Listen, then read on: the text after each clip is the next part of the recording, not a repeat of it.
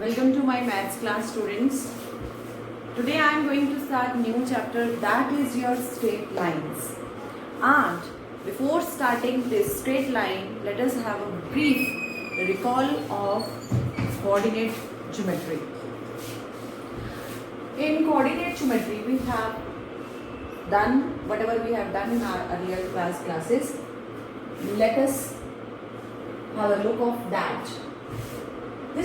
Suppose this is point P, this is x1, y1, and this is point Q, this is point Q, x2, y2. Then the distance between P, Q. The distance formula in coordinate geometry, we have studied distance formula between two points. The point P and Q I have written here. Then PQ distance is equal to square root of x2 minus x1 whole square plus y2 minus y1 whole square. This is the formula to find the distance between two points. Now suppose, section formula. This is the section formula. Section formula में internal division के लिए हम पहले ले रहे हैं. Suppose this is point P, this is point Q, x1, y1 and x2, y2. Are the coordinates of these 2 points respectively, and there is a point R lies internally on this line PQ, and this is suppose XY, and we want to find out this point XY if this point R divides this PQ in the ratio m is to n. तो section formula के accordingly ये जो x Y होगा वो कैसे निकलेगा, याद है? ऐसे क्रॉस करके m को इधर मल्टीप्लाई करते थे, फिर n को इधर मल्टीप्लाई करते थे अपॉन m प्लस n, याद आया? So this is your section formula. Point r जो आपका निकलता है उसमें वो आपके पास आता है x y, that is equal to your mx2 plus nx1 upon m plus n and my2 plus my1 upon m plus n. This is by section formula. In the section formula, if we further see, if there is a point R which divides this line PQ in the two equal parts, means m is equal to n. Midpoint formula. If m is equal to n हो जाता है, ये m और n equal है, तो ratio क्या देखो, अभी तो m upon n थी ratio. If m and n both are equal, if n is equal to m, both are equal, तो रेशो क्या होगी, 1:1. 1/1 आ गया. तो जहाँ जहाँ ये आपका m है और n है, 1:1 आ जाएगा यहाँ पर. x1 plus x2 upon 1 plus 1 2 हो जाएगा. तो मिड पॉइंट फॉर्मूला में मिड पॉइंट ऑफ PQ का फॉर्मूला क्या होगा आपके पास, x1 plus x2 upon 2 y1 plus y2 upon 2. This is for the midpoint formula. Now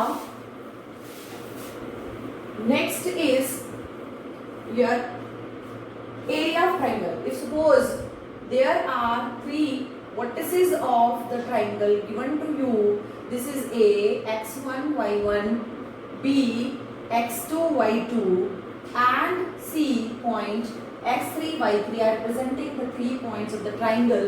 Then area of the triangle. Area of triangle कैसे निकालते थे? Area of triangle के लिए हम क्या फॉर्मूला यूज करते थे? A is equal to 1/2. उसके बाद मॉडुलस में लेते थे because area can never be negative. फिर उसके बाद देखिए, मैं इसको याद करने के लिए एक आसान सा तरीका बताती हूँ आपको. 1 goes to 2, 2 goes to 3, 3 to 1, 1 to 2, 2 to 3. In this cyclic form you can remember this. पहले आप 1 से स्टार्ट कीजिए, x1 से. पहले x1 प्लस फिर x2 फिर x3, x2 प्लस फिर x3 लिखिए, फिर ब्रैकेट डालिए, ठीक है? ब्रैकेट. अब ब्रैकेट में क्या लिखें? 1 के बाद क्या आता है जी? 1 के बाद आता है 2, 2 के बाद 3, 1 के बाद क्या है? 2, 2 के बाद 3. तो y2 minus y3, ठीक है? 2. अब है आपके पास 2, x2 है. 2 के बाद क्या है? 3, 3 के बाद फिर 1, तो y3 माइनस y1 साइक्लिक चलना है। फिर है x3, 3 के बाद क्या आता है 1, 1 के बाद क्या है 2, तो y1 minus y2। This is the easy way to learn the formula for area of the triangle. अब अगर सपोज कीजिए अगर ये पॉइंट यहीं पर होता, ए पॉइंट BC पर ही लाई कर जाता, अगर सपोज करो ये पॉइंट यहाँ होता, तो अब क्या होता, आपका एरिया ट्राइंगल 0 हो जाता। ठीक है, क्यों होता वो 0 मैं बताती हूँ। देखो अगर आपका ये पॉइंट यहाँ है A, तो आपकी जो एरिया फॉर्मूला वैसे भी होता है half into base into altitude. ये ऑल्टीट्यूड आपका h है, और जैसे जैसे ये पॉइंट नीचे आता जाएगा h क्या होता जाएगा, देखो half into base BC into altitude h। और जैसे जैसे यू कीप ऑन डिक्रीजिंग, ये A नजदीक नजदीक नजदीक इसके आएगा, as soon as it will get its position here at on this line BC, तो ये h की वैल्यू क्या हो जाएगी, 0 हो जाएगी। तो जैसे ये 0 हुआ तो एरिया भी आपका 0 ही हो जाएगा। So this is the means basic whatever you have studied in your earlier classes of about the coordinate geometry। अब हम थोड़ा सा इसके आगे बढ़ते हैं। हाँ जी, अब पढ़ेंगे इंक्लिनेशन ऑफ अ लाइन। एक लाइन का इंक्लिनेशन क्या होता है। चलिए पहले मैं यहाँ पर आपको फिगर से समझा देती हूँ। This is your x axis and this is your y axis. ठीक है, अब आपको पता है x axis and Y axis दोनों में एक positive direction of x axis जो कि राइट साइड का होता है, एंड नेगेटिव डायरेक्शन ऑफ आपका एक्स एक्सिस जो कि लेफ्ट साइड का होता है। अच्छा एक चीज और ध्यान रखना, जैसे कि अगर एक लाइन है इसको ऐसे कट कर रही है, तो जो हाँ भी लाइन एक्स एक्सिस को कट कर रही है ना, इसका राइट साइड है वो positive direction of x axis कहलाएगा। जरूरी नहीं है ओरिजिन के बाद वाले कोई बोलना है, हम डायरेक्शन की बात कर रहे हैं। ठीक है, तो जो राइट साइड है वो positive direction of x axis and this direction is negative direction of x axis होगा। ठीक है, अब ये बात आप इसके बाद देखिए यहां पर सपोज कीजिए ये एक लाइन है। ठीक, अब ये जो लाइन है ये लाइन है मेरी L। ओके, ये लाइन L पॉजिटिव डायरेक्शन, अब देखिए इधर वाला direction positive direction of x axis है, इसका इधर वाला डायरेक्शन नेगेटिव एक्स एक्सिस है। मैं सिर्फ क्या बोला है, द एंगल से theta made by the line with the positive direction of x axis, positive direction of x axis लेना है, यानी इस साइड एंगल याद रखना हमेशा राइट साइड, ये बहुत इंपॉर्टेंट पॉइंट है। एंड मेजर्ड एंटी क्लॉकवाइज, कौन सी डायरेक्शन में मेजर करना है, एंटी क्लॉकवाइज, यानी कि आपको एक्स एक्सिस से एंटी क्लॉक, पहली बात तो positive direction of x axis लेना है, वहां एक्स एक्सिस से एंटी क्लॉकवाइज में, यहां से ऐसे नहीं मेजर करना, क्लॉकवाइज में नहीं मेजर करना, एंटी क्लॉकवाइज डायरेक्शन में आपने एंगल जो मेजर किया, जो इस x x positive direction of x axis और लाइन के बीच में एंटी क्लॉकवाइज जो एंगल बना theta, this is known as inclination of a line. ठीक है, तो ये जो एंगल होगा ये एंगल 0 डिग्री से 180 डिग्री के बीच में लाई करेगा। कैसे करेगा भाई, 0 से 180 डिग्री के बीच में। देखो अभी ये दिख रहा है आपको कि ये अगर आपको इधर से अगर आप इसको ऐसे देखिए, हाँ ऐसे, ये आपका एक्स एक्सिस है। ठीक है, look here, this is your x axis और ये आपकी लाइन, अगर सपोज कीजिए ये आपकी लाइन है, ये लाइन है, तो अगर ये और बीच में कौन सा एंगल बन रहा है, ये एंगल ऑफ इंक्लिनेशन है। ये एंगल ऑफ इंक्लिनेशन ये कम कम कम कम कम कम कम कम होते कितना हो गया, ये अब 0 हो गया। ठीक है, अच्छा ये मैक्सिमम अगर अब बढ़ता है, बढ़ रहा है बढ़ रहा है बढ़ रहा है, देखिए बढ़ता बढ़ता मैक्सिमम ये यहाँ पर चला जाएगा 180 डिग्री तक, ये स्ट्रेट लाइन बन जाएगा। ठीक है, तो आपका जो एंगल ऑफ इंक्लिनेशन है वो 0 डिग्री से लेकर 180 डिग्री का होगा। और 0 डिग्री कौन सा हुआ, 0 डिग्री अगर आपकी लाइन, ये लाइन जो है पैरेलल टू एक्स एक्सिस आ जाती है, तो हम इसको नोट में लिखेंगे कि line parallel to x axis में आपका थीटा क्या होगा, 0 डिग्री। ओके, ये अगर आपकी लाइन ऐसे से पैरेलल टू एक्स एक्सिस आ जाए तो ये थीटा 0 डिग्री हो जाएगा। दूसरा, line perpendicular to x axis अगर हो जाए तो यानी आपकी ये एक्स एक्सिस है, ये वाई एक्सिस है, और ये लाइन आपकी परपेंडिकुलर टू एक्स एक्सिस होगी, तो आपका थीटा कितना हो जाएगा 90 डिग्री। अच्छा, एक चीज और इंपॉर्टेंट थोड़ी सी डिस्कस करते हैं। नेक्स्ट पॉइंट है नया जो आपके लिए, दैट इज द स्लोप और the gradient of the line. That is very very important to understand the other concepts of the this line. आप इसमें है, देखो ध्यान से समझने की कोशिश करना, ये जो पॉइंट आप बता रही हूँ। देखो अगर मैंने ये ले लिया यहां पर, है ना, ये ऐसे y, तो ये आपका परपेंडिकुलर है इसका, और यहां से यहां तक इसका बेस है, ठीक। अब अगर सपोज करो मैंने ये लाइन यहां से थीटा इसका कम हो गया, तो आप ये देख रहे हो परपेंडिकुलर भी कम हो गया, है ना, बेस चाहे वही है लेकिन परपेंडिकुलर तो कम हो गया। तो अगर थीटा कम होता है, तो अगर मैं परपेंडिकुलर बेस की रेशो से, अगर परपेंडिकुलर और बेस की रेशो लूं, तो थीटा जो है अब परपेंडिकुलर छोटा हो जाएगा, तो ये रेशो भी, अगर ये परपेंडिकुलर स्मॉल हो गया तो थीटा भी स्मॉल हो गया, ठीक है। तो जैसे जैसे ये रेशो स्मॉल हुई आपका, यानी कि परपेंडिकुलर अपॉन बेस की रेशो छोटी छोटी होती जाएगी। यानी अगर हम कहें कि अगर मुझे ये थीटा चेक करना है कि ये बिगर है स्मॉलर है, जैसे जैसे, तो वो मुझे परपेंडिकुलर बेस की रेशो भी उसी तरीके से आपकी इंक्रीज या डिक्रीज करेगी as your this theta will increase और डिक्रीज, ठीक है। आपने देखा थीटा बड़ा है तो परपेंडिकुलर बेस, क्योंकि परपेंडिकुलर इज बिगर, बेस तो आपका कांस्टेंट है, मान लो ये पहले 5 यूनिट्स था और बेस आपका 2 यूनिट्स है। अब आपका परपेंडिकुलर हो गया ये कितना है 2.5, बेस तो वही है, अब आपका परपेंडिकुलर 2 यूनिट हो गया, तो 1 आ गया कि नहीं, पहले 2.5 था। यानी कि अगर थीटा स्मॉल हो रहा है तो परपेंडिकुलर और बेस की रेशो भी स्मॉल हो रही है, ये डायरेक्टली प्रोपोर्शनल है एक दूसरे के। अगर आप ये देखो तो नेक्स्ट कंसेप्ट हमारा इसी रेशो का है, परपेंडिकुलर और बेस, क्योंकि ये हमारी ये जो इंक्लिनेशन है वो उसको डिसाइड कर रहा है। अगर परपेंडिकुलर और बेस की रेशो बिगर है तो वो आपका एंगल ऑफ इंक्लिनेशन, ये सॉरी इंक्लिनेशन ऑफ लाइन भी ग्रेटर है, ठीक है जी। तो अब हम आगे अगला कॉन्सेप्ट जो हमारा है वो पढ़ते हैं।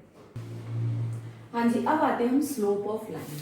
If theta is the inclination of line, ठीक है, ये एक्स एक्सिस ये वाई एक्सिस है, ये positive direction of x axis के साथ आपका ये लाइन एल का आपका जो इंक्लिनेशन है वो ये है, theta is the inclination of line L, यानी आपका इस लाइन का एक्स एक्सिस के साथ क्या एंगल बन रहा है। तो स्लोप ऑफ लाइन क्या होगा, जैसा कि अभी मैंने पीछे अभी that I discussed that the ratio of the perpendicular and the base that is also directly proportional to this inclination।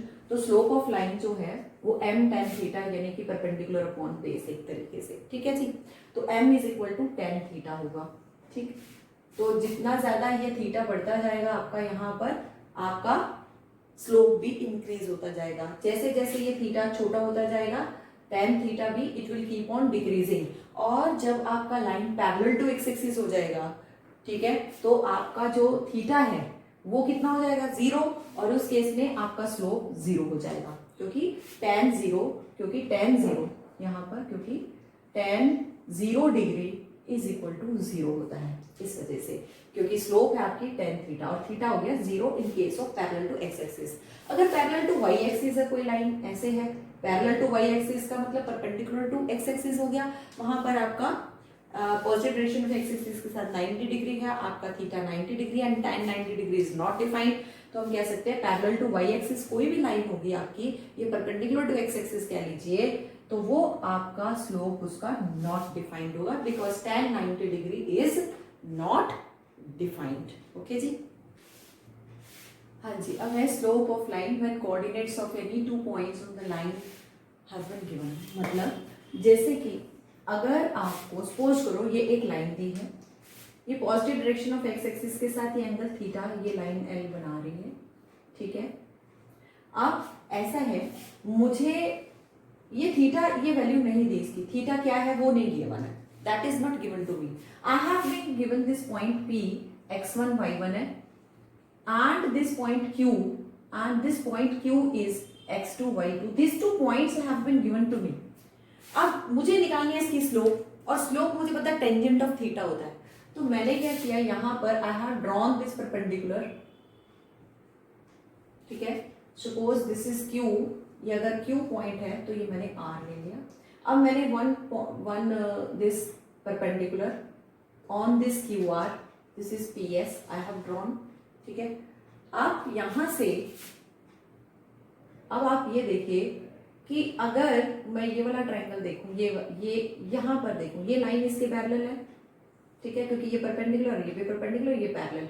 ये अगर थीटा होगा तो ये भी तो थीटा होगा, कॉरेस्पॉन्डिंग एंगल्स है, ठीक है, क्योंकि ये ट्रांसवर्सल है, ये दोनों पैरेलल है। अच्छा, अब इस ट्रायंगल में ये वाला जो ट्रायंगल है कौन सा, PQS, in triangle PQS, okay, बल्कि राइट ट्रायंगल मुझे लिखना चाहिए यहाँ पर।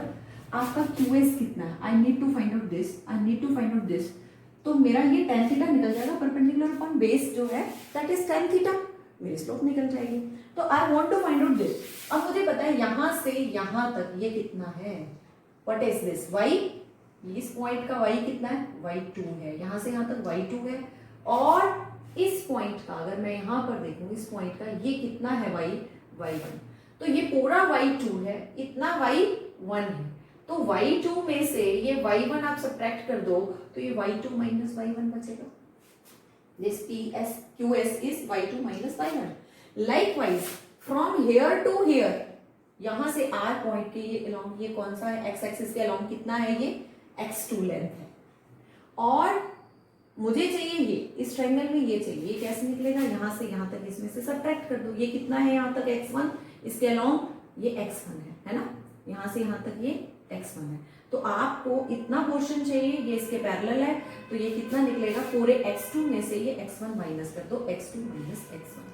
तो आप इस राइट ट्रायंगल में, in right triangle tan theta क्या हो गया आपका, परपेंडिकुलर अपॉन बेस, तो tan थीटा परपेंडिकुलर आपका हो गया y2 minus y1 upon x2 minus x1, ये आपकी स्लोप निकल आएगी, क्योंकि tan theta is the slope, तो हम इसको slope of the line when coordinates of any two points on the line are given, तो स्लोप होती है y2 minus y1 upon x2 minus x1, this is equal to tangent theta, ठीक है जी, ये आपकी स्लोप होती है।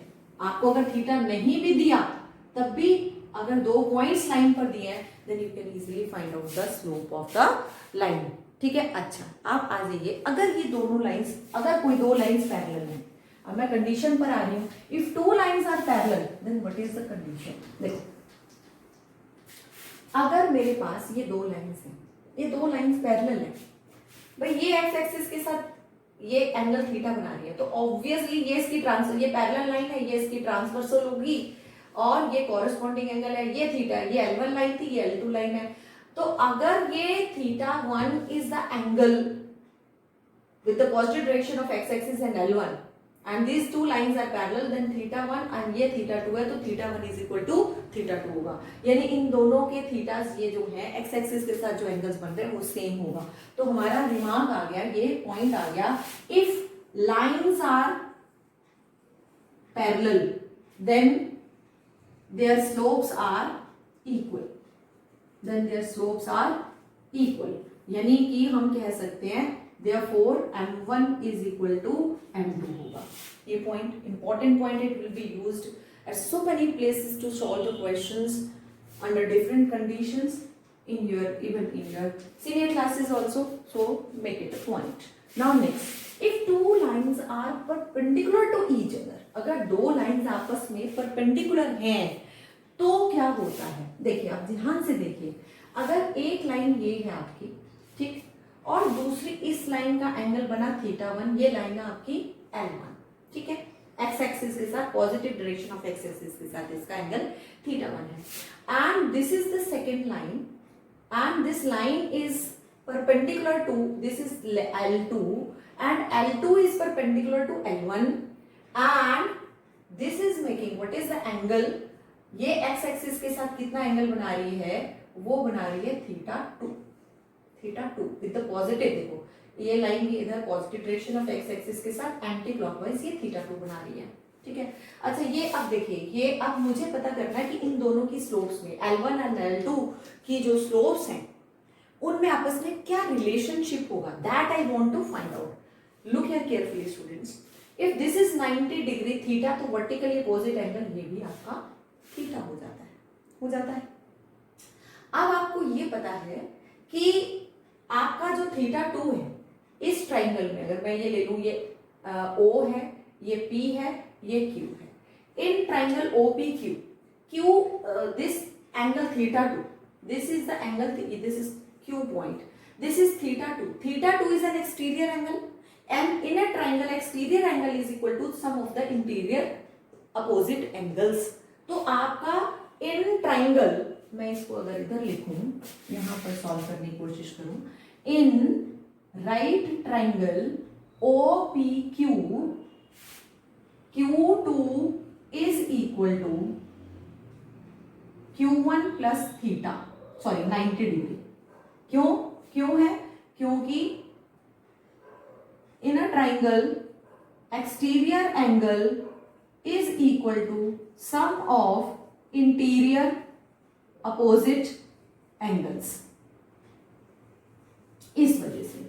अब मैंने दोनों साइड tan लगा दिया, tan ऑफ थीटा 2, इधर भी tan लगा दीजिए, इसको 90 पहले लिख लो, 90 degree, sorry 90 plus theta 1, theta 2 exterior angle है, वो थीटा 1 प्लस 90 के इक्वल है, ठीक है जी। अब हमने दोनों साइड tan लगा दिया, tan 90 degree plus theta 1, tan 90 plus theta क्या होता है जी आपका, tan 90 डिग्री है तो function will be change, complementary function आ जाएगा, but it is coming in the second quadrant, in second quadrant tan is negative, तो ये आ गया आपके पास, ठीक है। तो हम इसको कैसे लिख सकते हैं, tan theta 2 is equal to -1 upon tan theta 1। tan theta 2 is the slope of the second line and tan theta 1 is the slope of the first line, cross multiply, तो m1 into m2 is equal to -1, यानी अगर दो lines perpendicular होंगी, if two lines are perpendicular to each other, then this will be the relation between their slopes. The product of their slopes will be equal to -1. So we will write down, if two lines are perpendicular to each other, then product of their slopes equal to -1.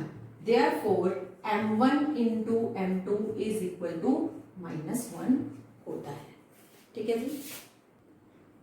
हाँ जी, देखिए अब हमें निकालना है angle between two lines, दो lines के बीच में एंगल निकालना है। देखिए अगर सपोज कीजिए ये हमारा एक्स एक्सिस है और ये वाई एक्सिस है, and there are two lines, one is the L1 and its slope is M1. I have written here, let L1 and L2 be two lines with the slopes M1 and M2, ठीक है, and this is the second line, and this is L2 and the slope of this L2 is M2, okay, and the slope, suppose the angle between the positive direction of x-axis in the first line is theta 1 and the angle between the positive direction of x-axis and the second line is theta 2, and this theta is the angle between the two lines. This is what we are to find out. This theta is the angle between two lines. That is what we want to find out. Angle between two lines. Let theta be the angle between two given lines. This we want to find out. ये theta हमें निकालना है, and यहाँ से लिख दीजिए so that m1 is equal to tan theta 1 हो जाएगा and m2 slope of the second line tan theta 2 हो जाएगा, यहाँ के अकॉर्डिंग, है ना, क्योंकि theta 1 is the angle between the positive direction of x axis and the line, and tan theta 1 is the slope of the first line, and that is equal to m1. Similarly for the second line. Okay, now theta is to find out. Again we'll use the same concept as we had done just before this to find out the concept between the two perpendicular lines. अब ये vertically opposite angle है, ये theta है तो obviously ये भी theta होगा। अब इस ट्राइंगल में फिर दोबारा से आप लीजिए, ये दोबारा से वही आ जाएगा कि थीटा थीटा 2, इस ट्राइंगल को नाम दे देते हैं ओ या एबीसी नाम दे दिया, चलो ABC. In triangle ABC, in triangle ABC we know that theta 2 is equal to, पहले तो vertical opposite angle, it's clear, okay, theta 1 plus theta,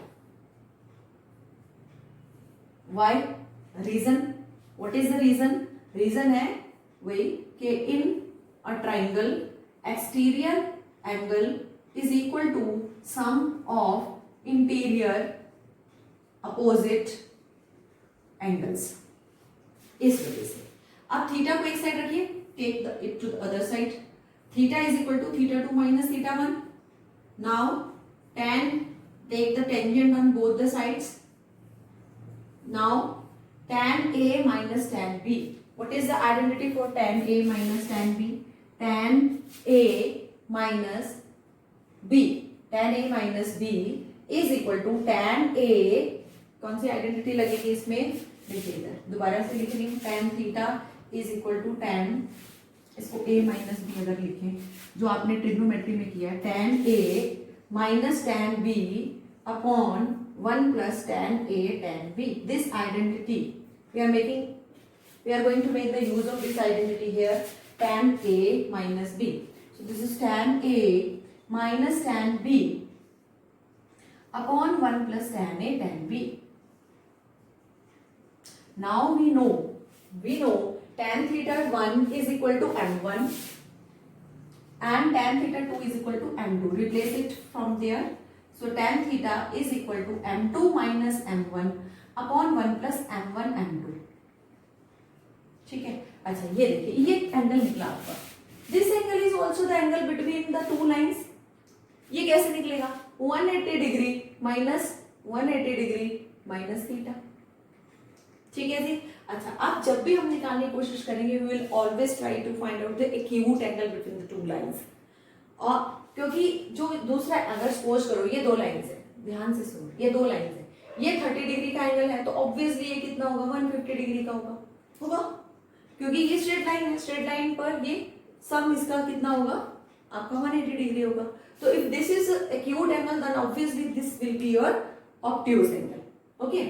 तो अब हम acute angle तो we know the tangent of the acute angle is always positive, but the tangent of the obtuse angle comes as it comes in the second quadrant, 150 degree, 150 degree comes in the second quadrant, ये 90 तक यहाँ पर आता है, 90 से ऊपर 180 से छोटा obtuse angle जो अगर होगा वो second quadrant में आएगा, and here tangent is negative in the second quadrant, ठीक है। तो मैं इसको मॉडुलस लगा रही हूँ, जानबूझ के मॉडुलस लगा रही हूँ कि ये जो हमारा टेंजेंट थीटा है वो पॉजिटिव आए, टेंजेंट थीटा पॉजिटिव आएगा तो थीटा जो होगा आपका वो हमेशा एक्यूट एंगल वाला निकलेगा, नहीं तो कंफ्यूज हो जाएंगे, नेगेटिव आएगा तो आप कैसे एंगल निकालें, तो just make it always positive to get the acute angle. मान लो 30 डिग्री आएगा आपका, अगर यहाँ पर मान लो tan theta is equal to simplify करके -√3 आता तो आप थोड़ा सा कंफ्यूज हो जाते, अब हम माइनस का क्या रहे, अगर हमने मॉडुलस लगाया हुआ तो यानी कि ये आपका ये हो गया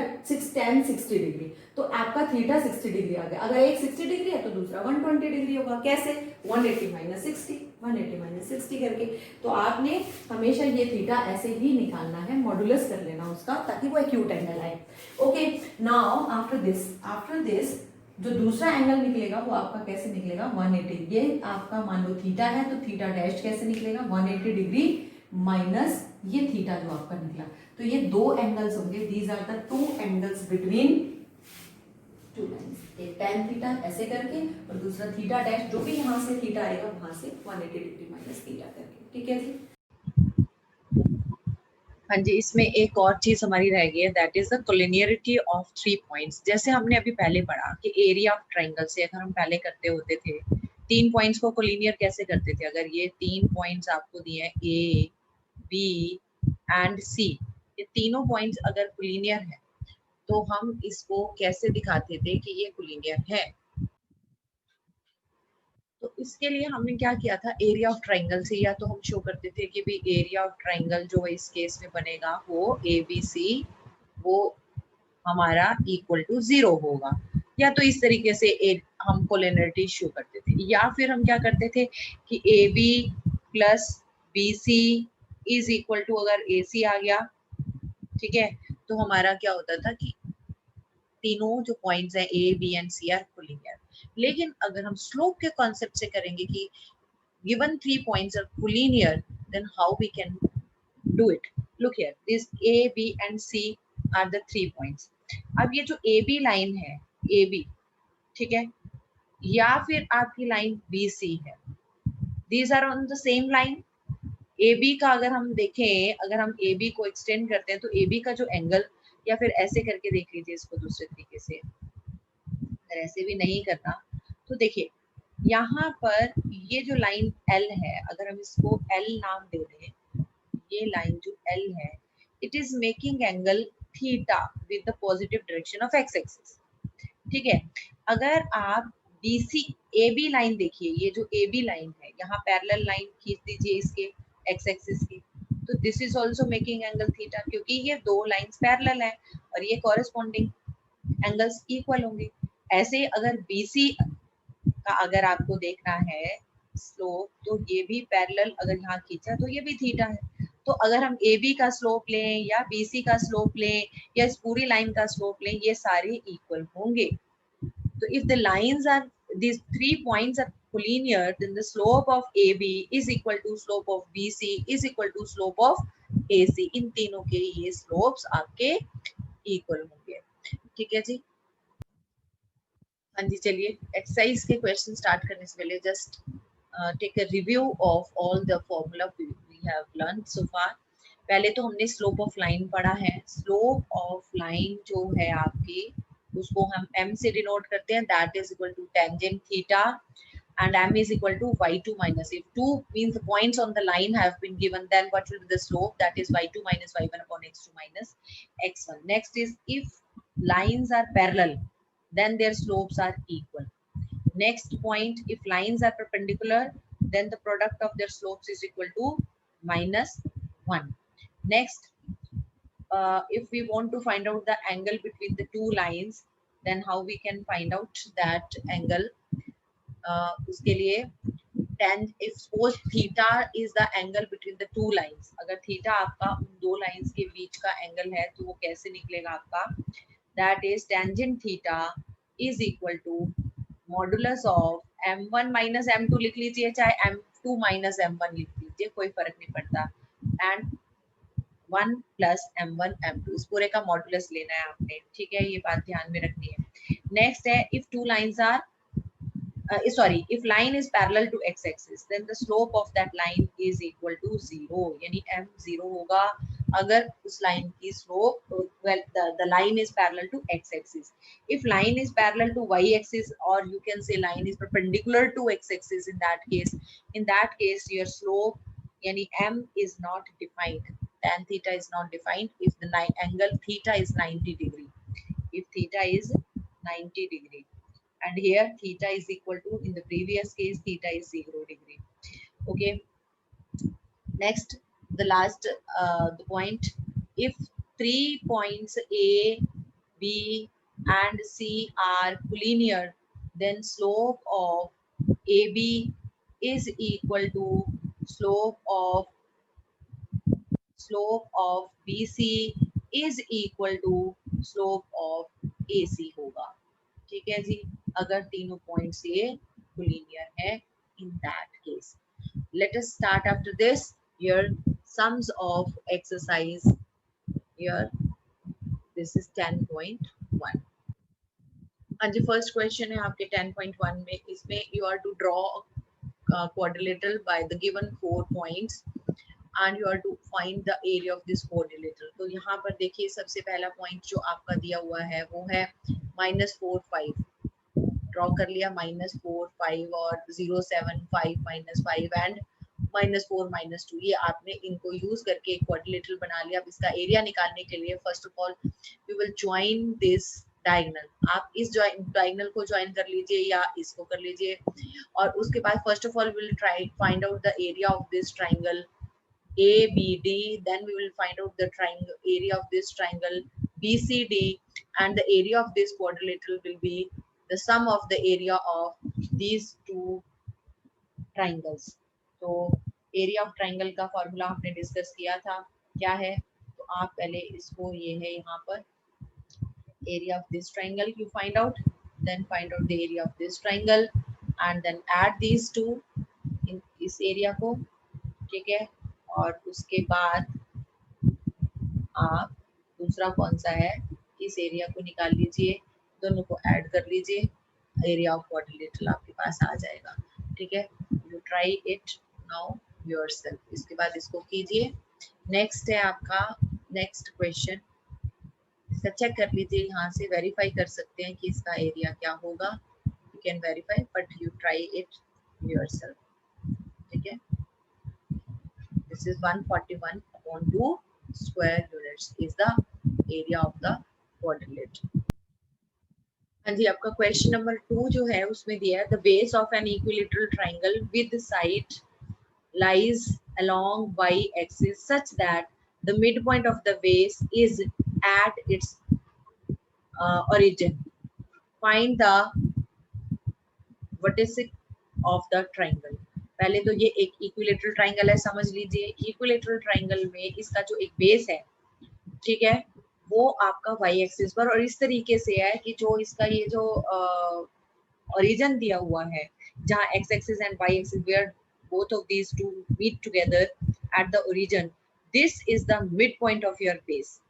Suppose I have taken here 2a.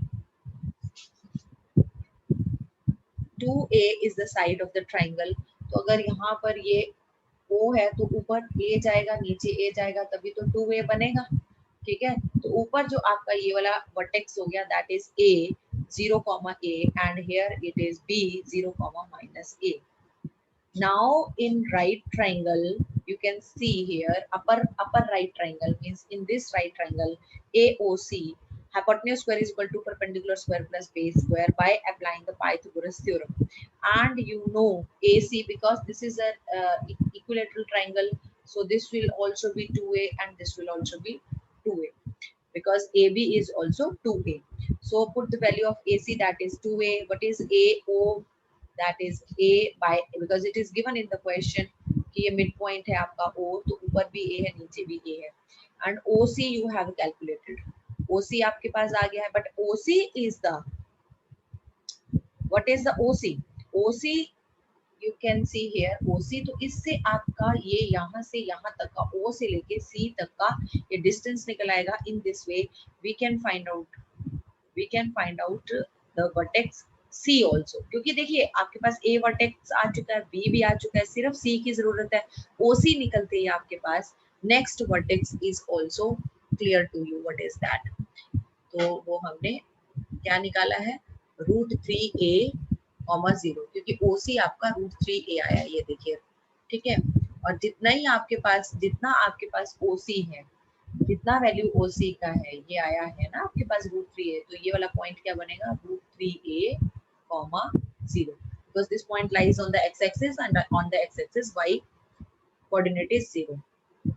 अब हमें ये ऐसे भी हो सकता है, क्या पता ये ट्राइंगल इधर की साइड हो, है ना? ये ऐसे भी हो सकता था, क्योंकि इसने y एक्सिस के लिए बोला है कि हाँ ये जो इक्विलेटरल ट्राइंगल है y एक्सिस के ऊपर उसका बेस है and origin is acting as the mid point. लेकिन ट्राइंगल के बारे में it is not specified whether the triangle is on the right side of the y-axis or on the left side. If it is on the right side, then this will be the third vertex. But if it is on the left side, all the other steps will be same here. But now it is on the left side of the this origin. So this point on the x-axis would become minus √3a, 0. तो आपके दो cases हो सकते हैं इसमें. Okay जी, चलिए. Now move to the next question. What is that? It's given that find the distance between the point P x1 y1 and Q x2 y2 when PQ is parallel to y-axis. You can see here PQ is parallel to y-axis, and here in this case P is given x1 y1 and Q is given x2 y2. And PQ, if we find out the distance by using the distance formula, what is the distance of from P to Q? P से Q तक की distance x2 minus x1 whole square plus y2 minus y1 whole square.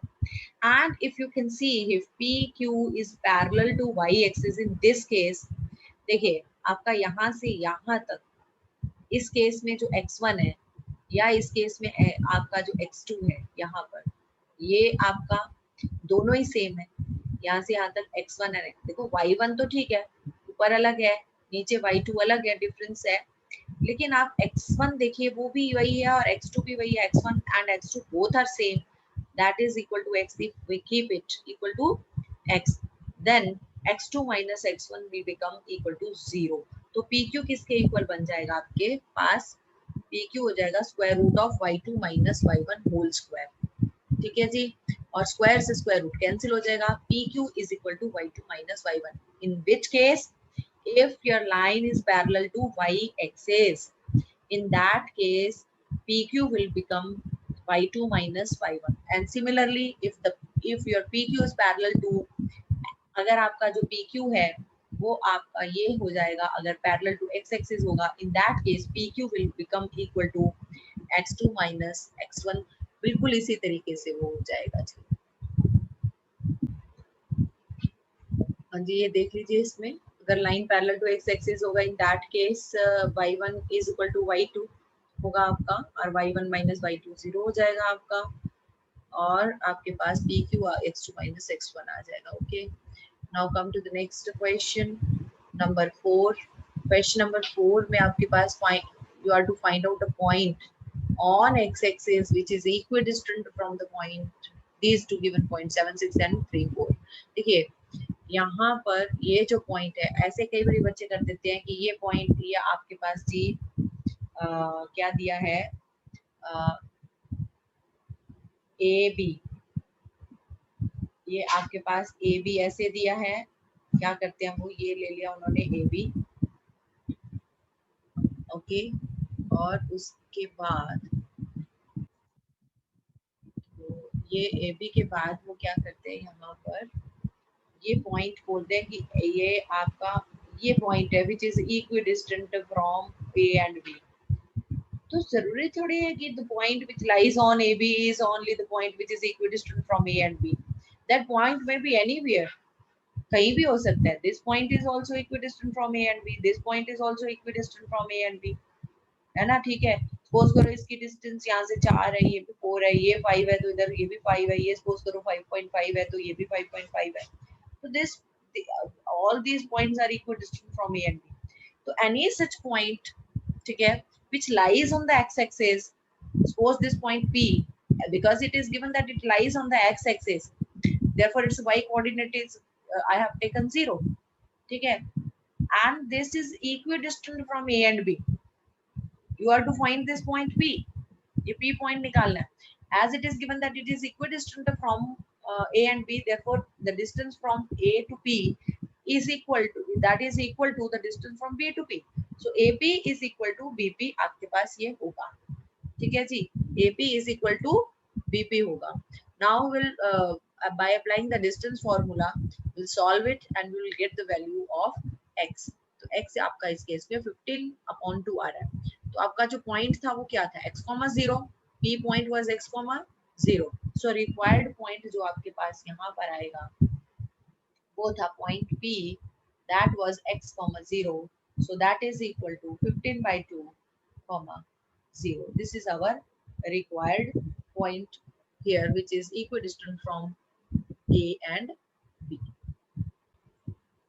And the question number 5 में find the slope of the line which passes through the point, passes through the region and the midpoint of the line segment joining these two given points.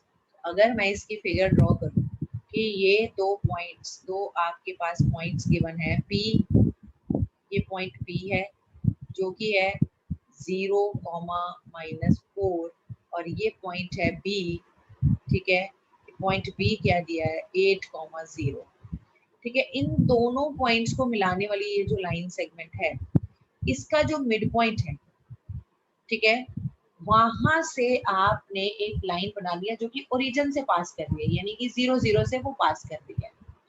तो मुझे ये वाली ये O है, suppose करो इसका जो मिड पॉइंट है वो हमारा क्या हो गया, दैट इज x1 y1, ये मिड पॉइंट इसका x1 y1 पॉइंट है आपका गिवन, ठीक है। तो हमने बोला mid point of PB, mid point formula लगेगा x1 प्लस x2 अपॉन 2, ये देखिए, फिर y कोऑर्डिनेट के लिए y1 प्लस y2 अपॉन 2, सो ये आपके पास x1 y1 आ गया जो कि है मिड पॉइंट, हमने इसका नाम r दे दिया, ठीक है।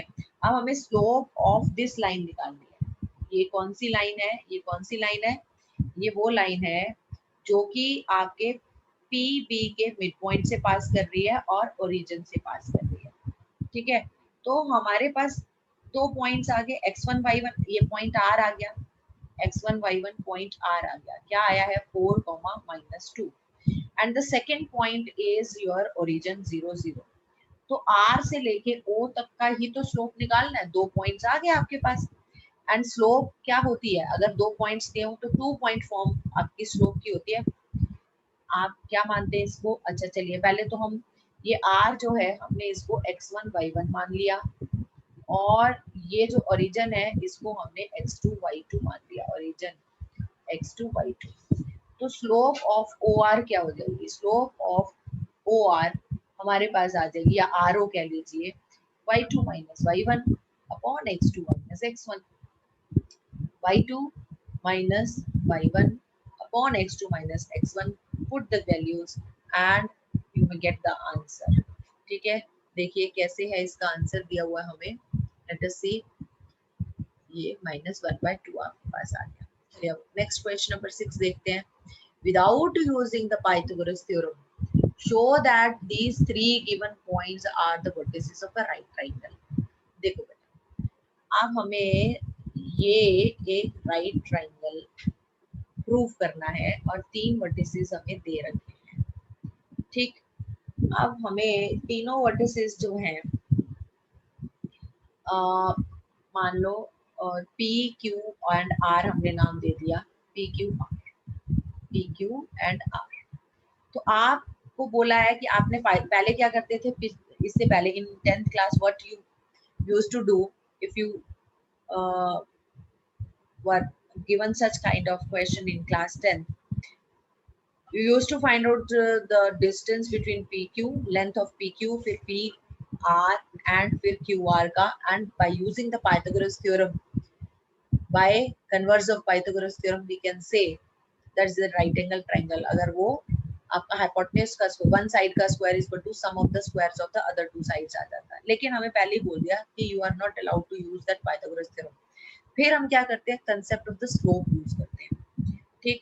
अभी हमने ये P, ये Q, ये R ले लिया, स्लोप ऑफ PQ निकाला, पहले हमने उसको M1 नाम दे दिया, स्लोप ऑफ QR निकाला, वो हमने 1, वो आपका 1 निकला, तो इन दोनों स्लोप्स का जब प्रोडक्ट देखा हमने, that is equal to -1, PQ का स्लोप M1 निकाला, PQ का स्लोप M2 निकाला, और M1 इंटू M2 अगर आपके पास -1 आता है, इसका मतलब ये दोनों लाइंस जिनका स्लोप का प्रोडक्ट -1 निकला है, it means these two lines are perpendicular to each other. ये थीटा जो आपका है ये 90 डिग्री होता है, दो लाइंस के बीच का एंगल 90 डिग्री होता है। If two lines are perpendicular to each other, then the slope product of their slopes equal to -1 है। So it is also that you can see here, ठीक है, because slope of PQ and slope of QR का product -1 है, इसलिए PQ is perpendicular to QR, therefore angle Q is equal to 90 degree, hence we can say this is a right angle triangle। okay जी, हाँ जी, question number 7 जो है उसमें है find the slope of the line which makes an angle 30 degree with the positive direction of y axis. Be careful, ध्यान से पढ़ेंगे, इसमें positive direction of y axis के साथ आपको एंगल दिया है, ये देखिए। और जब भी एंगल लेना है कैसे लेना है, आपने एक्सिस टू लाइन, तो हम एक्सिस टू लाइन देखो y एक्सिस के दो हैं, एक पॉजिटिव y एक्सिस और नीचे की तरफ नेगेटिव y एक्सिस, लेकिन इसने बोला है with positive direction of y axis के साथ आपका एंगल 30 डिग्री है। तो ये देखिए, अगर ये आपका positive direction of y axis इधर है ठीक है। अब लाइन जो है ऐसे भी हो सकती है, अब ये लाइन आपकी ऐसे भी हो सकती है, लेकिन पॉजिटिव डायरेक्शन ऑफ एक्सिस के साथ आपका एंटी क्लॉकवाइज में, देखो हमेशा एक्सिस से लाइन की तरफ जाना है, तो अगर हम इधर से जाते हैं एक्सिस टू लाइन तो ये तो क्लॉकवाइज हो गया, जबकि हमें हमेशा एंटी क्लॉकवाइज एंगल लेना है, तो हम ऐसे लेंगे, इसको लेंगे, तो हमारी ये वाली फिगर सही है। ठीक है, positive direction of Y axis to line in anticlockwise direction, ये बोला इसने, मेजर्ड एंटी क्लॉकवाइज, जबकि यहाँ पर ये क्लॉकवाइज बन रहा था, इसलिए ये फिगर हमने डिस्कार्ड कर दिया। ठीक है, अब आपको बोलना है इसकी स्लोप क्या है, लेकिन स्लोप के लिए तो हमें जो positive direction of x axis है, देखो अगर मैं ये देखूं कि अब ये मेरी फिगर अगर सही है तो इसमें एक्स एक्सिस के साथ इस एंगल के दो एंगल्स, दो डायरेक्शंस हैं, एक इधर है ये positive direction of x axis है और दूसरी side negative direction of x axis है। हमें तो positive direction of x axis के साथ ही एंगल चाहिए, तो हमें एक्चुअली ये वाला क्लॉक एंटी क्लॉकवाइज डायरेक्शन में एंगल चाहिए।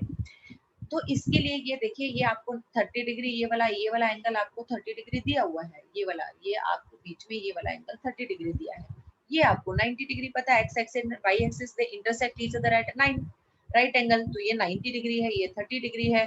तो आपको पता है अगर इस ट्राइंगल में ये आपका एक्सटीरियर एंगल है, एंड जो हमें चाहिए, this is our required angle, and this is the exterior angle which is equal to sum of these two interior opposite, one is the 90, other one is the 30. So your theta, whatever is the required angle to find out the slope, that is equal to your 90 plus 30, reason being that it is the exterior angle in a triangle is equal to the sum of the interior opposite angles, this is the reason. Now this is the theta we have calculated. Now slope क्या होगी, यानी positive direction of x axis के साथ हमारा जो angle है line का वो है 120, तो इसकी स्लोप हो जाएगी tan 120 डिग्री।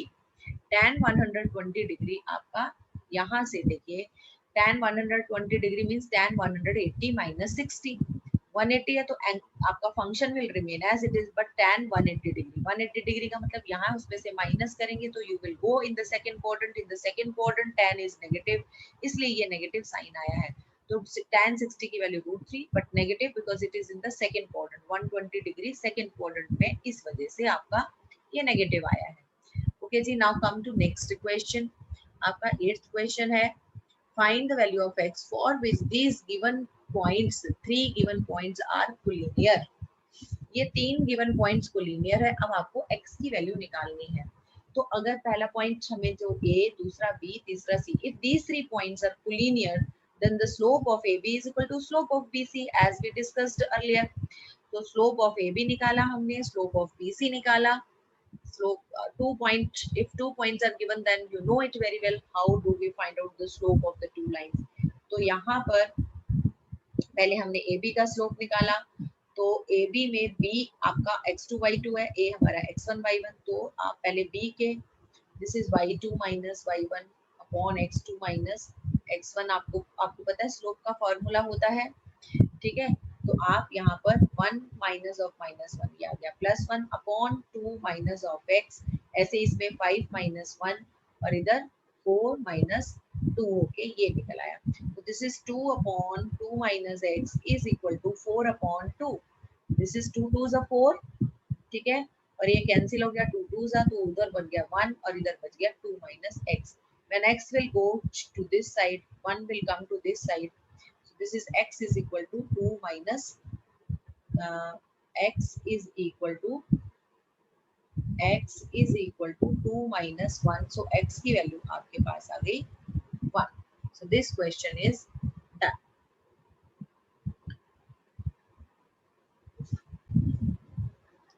हाँ जी, अब आ जाता है question number 9। In this question without using the distance formula we are to show that the these 4 given points are the vertices of a parallelogram।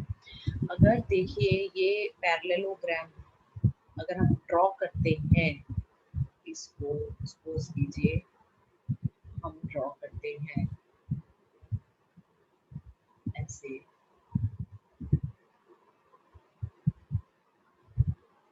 ठीक है, ये A है, ये सपोज कीजिए B है, ये C है, ये D है। अगर ये पैरेललोग्राम है तो इसके अपोजिट साइड्स क्या होंगी, पैरेलल होंगी. If opposite sides are parallel then their slopes will be equal, as we know that the parallel sides have equal slopes. तो हम AB की स्लोप CD की इक्वल एंड AD की स्लोप BC के equal, क्योंकि ये line आपकी ये जो है वो इसके पैरेलल होगी, ये दोनों आपस में पैरेलल होंगी. AB is parallel to CD and BC is parallel to आपका AD आ जाएगा. तो यहाँ पर सबकी हमने स्लोप निकाली, AB, BC, CD, AD, और आपने देखा यहाँ पर AB की स्लोप ये आपकी CD की स्लोप के इक्वल आ गई है. Therefore, AB is parallel to CD, and you can see here the slope of BC is equal to slope of your AD. Hence, these two lines are also parallel. And when we prove this that the slopes of the opposite sides are equal, means the opposite sides are parallel to each other, it means this is a parallelogram. Hence, it is done. Now come to next question number 10. In question number 10, we are to find the angle between the x-axis and the line joining these 2 points, 3 minus 1 and 4 minus 2. क्या निकालना है? Find the angle between the x-axis and the line joining these 2 points. अगर हम इसको rough diagram भी draw करते हैं कि भाई ये हमारे पास ये 2 पॉइंट्स गिवन है, ठीक है, ये 2 पॉइंट्स गिवन है, 3 minus 1 and 4 minus 2. Suppose 4 minus 2 ये 2 पॉइंट्स है. अब ये x एक्सिस के साथ ये लाइन क्या एंगल बना रही है? मान लो यहाँ कहीं x एक्सिस है, ये हम इसको एक्सटेंड करते हैं, तो हमें एक तरीके से ये थीटा निकालना है, यानी स्लोप से ही निकलेगा. x एक्सिस को पॉजिटिव डायरेक्शन में जहां भी लाइन कट करती है हमें वो थीटा निकालना है. यानी अगर हम इसकी स्लोप निकाल लेते हैं, tan थीटा निकाल लेते हो, तो थीटा तो अपने आप ही निकल आएगा, है ना. तो हम tan थीटा निकालते हैं with the use of these 2 points. We know the slope, that slope of the line is y2 minus y1 upon x2 minus x1, that is -1. यानी tan थीटा आपके पास देखिए -1 आ गया है. अब tan थीटा -1 का मतलब tan theta is equal to -1 कहाँ पर होता है आपका? tan pi by 4. ये 1 कहाँ पर है? माइनस, तो आई हैव रिटन माइनस, तो I have written it here as you can see, but 1 slope pi by 4 पर होती है.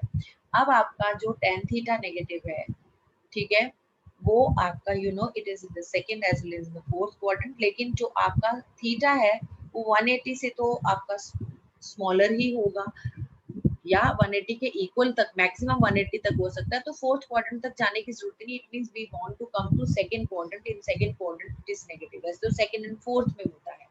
तो हम इसका नेगेटिव, ये देखिए, ये tan pi minus pi by 4 आ जाएगा यहाँ पर, ठीक है.